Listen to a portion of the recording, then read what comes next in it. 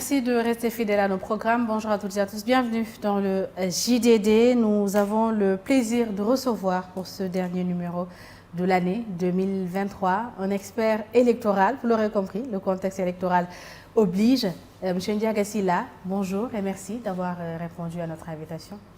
Bonjour Aïssatou et bonjour à tous vos téléspectateurs et vos auditeurs. C'est un plaisir pour moi de revenir ici en ce moment crucial pour l'avenir de notre pays. Nous sommes le 31 décembre, c'est le dernier jour de l'an. C'est l'occasion pour nous également de souhaiter nos meilleurs vœux à toute la population sénégalaise, à tout le monde. Bonne et heureuse année à vous aussi, Monsieur Ndiaga Sylla.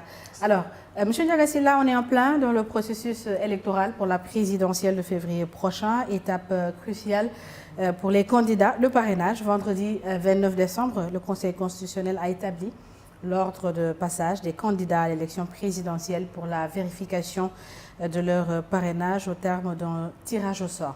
Alors, est-ce que le tirage au sort pour départager les candidats peut garantir une représentation équitable? Bon, il faut quand même reconnaître que, au-delà du code électoral, le Conseil constitutionnel a pris une première décision allant dans le sens justement de normer les procédures justement de dépôt et de contrôle des candidatures et de contrôle des parrainages. Une décision que j'ai d'ailleurs saluée à travers une analyse que j'ai faite et publiée par la presse pour reconnaître effectivement la portée justement de la décision du Conseil constitutionnel essentiellement en 3 niveaux. D'abord, la dernière modification du code justement indiquait que le tirage au sort devrait déterminer en fait l'ordre de dépôt des candidatures. Et le Conseil, dans sa décision, a dit clairement et d'ailleurs avec justesse que le tirage au sort ne va pas déterminer l'ordre justement de dépôt des candidatures, mais plutôt l'ordre de contrôle et de vérification des parrainages. Alors, on peut penser que le Conseil d'emblée a foulé aux pieds en fait le code électoral, mais au fond, il s'est appuyé sur les dispositions pertinentes de la Constitution qui donnent la possibilité aux candidats de pouvoir déposer leur candidature entre 75 jours et 60 jours avant la date du scrutin. Or, le tirage au sort qui devait porter sur l'ordre justement de dépôt des candidatures tel que fixé par le code contraignait en fait les candidats à se présenter dès le premier jour, c'est-à-dire le 11 décembre. Deuxièmement, le Conseil a décidé que, contrairement à ce qui est dit dans le code, pour ce qui concerne les candidatures indépendantes, parce qu'à la suite justement du référendum de 2016, le code électoral a été modifié. Et le prétexte, c'était justement de prendre en compte les implications de la révision constitutionnelle sur le code électoral. Moi-même, j'avais été recruté par le ministre de l'Intérieur à l'époque. Nous avions pensé qu'il était important, à partir du moment où on a généralisé la participation des indépendants à tous les types d'élections, qu'il fallait donc d'abord, dans un premier temps, définir en fait le statut de l'indépendant. C'est pourquoi, dans le cadre du code, il est clairement dit aujourd'hui, est considéré comme candidat indépendant celui qui n'a jamais milité dans un parti ou celui qui a cessé toute activité militante au moins 1 an avant la date du scrutin. Oui. Peut-être que l'erreur qu'on a commise, c'est en voulant effectivement avoir un concept englobant qui prend en charge à la fois les élections de liste et les élections en fait présidentielles. Nous avons défini en fait le terme en disant entité regroupant des personnalités indépendantes. Or, pertinemment, le Conseil constitutionnel a aujourd'hui cassé la poire en deux en retenant ce qu'il y a dans la Constitution, parce que l'article 4 de la Constitution, comme l'article 29, parle de candidats indépendants. Dans la décision du Conseil, ce qui est nouveau, c'est que le Conseil reconnaît à la fois les entités regroupant des personnalités indépendantes et aussi le candidat indépendant. Et en troisième lieu, et ce que je trouve justement d'une grande portée, c'est que le Conseil, dans sa décision, a annoncé que pour ce qui concerne les modalités de contrôle du parrainage, il ne va pas prendre en compte tout candidat qui n'aura pas en fait donc un dossier complet. C'est-à-dire un dossier, un dossier qui manquera une pièce ou qui n'aura pas des parrainages en fait, qui vont atteindre le minimum requis. Non, les dossiers complets, la composition des dossiers, un dossier complet, un dossier incomplet, on y reviendra pour éviter de brûler les étapes. On va rester sur le tirage au sort. Quelle est à votre avis la différence entre ce que dit le code électoral qui demande à ce que le tirage soit fait lors de dépôt des candidatures et ce qu'a fait le Conseil constitutionnel qui s'est appuyé sur la Constitution, qui a fait le tirage selon l'ordre de vérification des parrainages? Alors, vous savez, je ne veux pas revenir sur certains détails, mais Dieu sait que le tirage au sort, l'idée du tirage au sort vient de moi, en toute modestie. Mais vous étiez pour un tirage au sort, pour le dépôt ou pour la vérification? Parce que nous avons vécu en 2019, au premier jour, avec justement la généralisation du parrainage, toute la cacophonie. Vous vous rappelez à l'époque la bagarre qu'il y a eu, il faut le dire comme ça. Entre Aminata Touré et... Exactement. Oui. Alors, on s'est dit, donc l'enjeu aujourd'hui, à l'époque, c'était d'être le premier à déposer sa liste. Puisque, en fait, l'ordre du tirage, plutôt du contrôle, dépendait de l'ordre du dépôt. Donc, tout le monde se précipitait à déposer en premier lieu.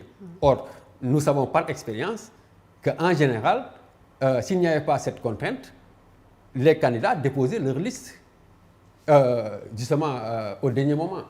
Comme ce fut le cas cette Exactement. fois-ci.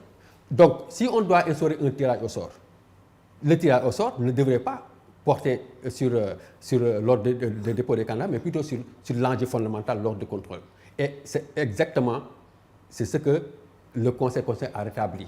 Et ça a un sens parce que ça a permis effectivement aux candidats de ne pas se précipiter à déposer le premier jour alors qu'ils n'étaient pas prêts au vu justement des contraintes liées à la préparation des... je ne parle pas des autres dossiers, mais des autres éléments du dossier, mais plutôt à la préparation en fait, de leur liste ou la confection de leur liste de Alors, quand le Conseil constitutionnel dit date limite de dépôt le 28 décembre à minuit. Le 26. Le 26 décembre à minuit. Est-ce que cela veut dire que le Conseil ne devrait plus prendre de dossier à partir de minuit ou cela veut dire que même s'il est minuit, s'il y a des mandataires qui sont encore sur place et qui n'ont pas eu la possibilité de déposer, le Conseil devait quand même prendre?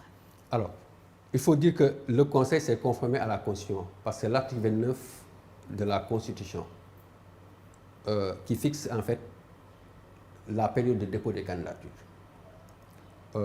Et dans un premier temps, le Conseil avait indiqué que les candidatures devraient être déposées au jour ouvrable de 8h à 15h. Et là aussi, il faut quand même saluer la sagesse du Conseil constitutionnel. Parce que constatant qu'on s'achemine à la fin de l'année et il y a un week-end assez long, avec le Noël, le lendemain de Noël qui est un jour férié, le Conseil a dit qu'il instaure en fait une permanence. Donc le Conseil a travaillé le samedi, le dimanche et le lundi qui était férié. Et j'avais même personnellement fait un texte pour dire que la Caisse de dépôt et de consignation devrait s'aligner à la décision du Conseil constitutionnel. Parce qu'en vérité, c'est la Constitution, au nom de la liberté de candidature, qui fixe la période, mais s'il y a des jours non ouvrables, sur les 15 jours, quand même, si on globalise les jours non ouvrables et les jours fériés, on allait empêcher en fait donc aux candidats de bénéficier justement de 5 à 6 jours. Et pour ce qui est heureusement que le Conseil l'a rétabli. Maintenant, le Conseil a dit, parce que c'est le dernier jour, effectivement, on a la possibilité de déposer jusqu'à minuit. Pourquoi? Parce que la Constitution ne parle pas d'heure. Donc, pour être conforme à la Constitution, le dernier jour, on installe une permanence pour permettre effectivement aux candidats de déposer jusqu'à minuit, au plus tard. Et ça, c'est conforme. C'est ce que le Conseil a fait. Et le Conseil aussi a pris une autre décision, constatant que les derniers arrivants ont passé la nuit et le dépôt, compte tenu des procédures de vérification sommaire, justement donc des parrainages, surtout, malheureusement, a fait que des candidats étaient restés là-bas au lendemain jusque tard. Alors que le Conseil avait programmé initialement de faire le tirage au sort le 28, donc il était dans l'impossibilité de respecter ce délai. C'est pourquoi ils ont fait un autre communiqué pour dire finalement ils vont différer de 24 heures. C'est ce qui a été fait donc avant-hier, c'est-à-dire le 29. Alors, pour en revenir au tirage au sort, est-ce que le système de tirage au sort utilisé pour départager les candidats à Ndiaga Sylla, est-ce que vous le trouvez juste et démocratique surtout? Alors, a priori, le tirage au sort, bien qu'il soit aléatoire, mais est quand même équitable. Parce qu'a priori, les chances sont égales. Et au moins, ça a le mérite d'éviter en fait la cacophonie qu'on a rappelée tout à l'heure. Maintenant, je pense que il faut aller au-delà justement de ce constat vers les réformes majeures. Il faut repenser notre système justement de parrainage. A priori, moi, j'ai toujours dit que dans un pays, dans une démocratie, il faut quand même rationaliser les candidatures. La preuve, le prétexte a été justement la pléthore de listes enregistrées en 2017 lors des législatives, 47 listes. Oui. Alors aujourd'hui, imaginez s'il n'y avait pas le parrainage et que les 93 candidats soient validés. Matériellement, il serait difficile justement d'organiser en fait le scrutin. Mais en termes de qualité des candidats, de propositions, de participation au débat public, est-ce qu'un tirage au sort ne fausse pas un tout petit peu le jeu en permettant à tout et n'importe qui de mieux se positionner par rapport à l'autre? Alors, vous savez, j'ai un ami expert électoral avec qui j'ai partagé la mission de l'Union européenne il y a un peu plus d'1 an. Lui-même, il a attiré mon attention sur le fait que peut-être il faut le dire comme ça, des candidats fantoches, arrivés premiers, risquaient effectivement donc de saboter des candidatures sérieuses compte tenu de leur position favorable. Mais ça, le Conseil constitutionnel l'a réglé. Parce que le Conseil a dit qu'il ne prend pas en compte dans le contrôle, et pour parler précisément dans le dédoublonnage, tout candidat qui n'aura pas un dossier complet.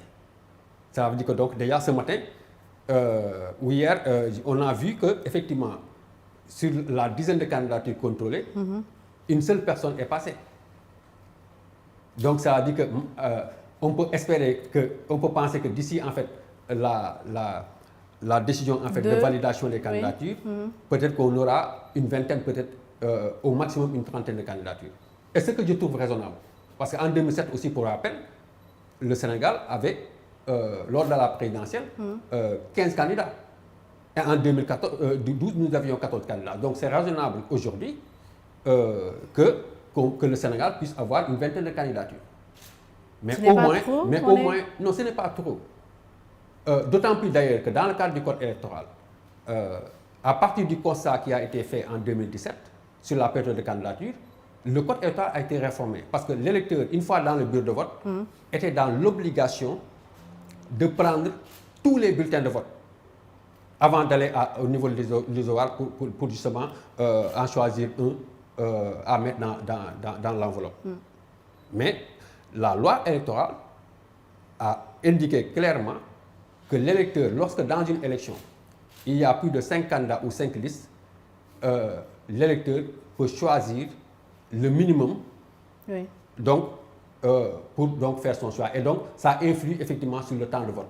Imaginez maintenant, dans une élection où il y a 50 candidatures, si en réalité l'ancienne disposition était maintenue, l'électeur devrait être tenu de prendre l'ensemble des bulletins et ça influe sur le temps de vote. Peut-être qu'il allait mettre 3 à 5 minutes. Imaginez par exemple jusqu'à 500 électeurs par bureau de vote. Donc, ça allait effectivement donc allonger en fait donc le temps de vote. Et pour ce qui est des doublons, comment permettre justement aux candidats d'avoir une maîtrise de ces doublons externes? On sait que dans la loi punit les électeurs qui parrainent plusieurs candidats, mais en réalité, dans la pratique, on se rend compte que celui qui est le plus affecté, c'est le candidat. On a l'impression que cette loi punit plus le candidat que l'électeur lui-même. Aïssatou, vous venez de toucher le nœud du problème. J'ai longtemps dit que l'une des grandes failles de notre système de parrainage réside au fait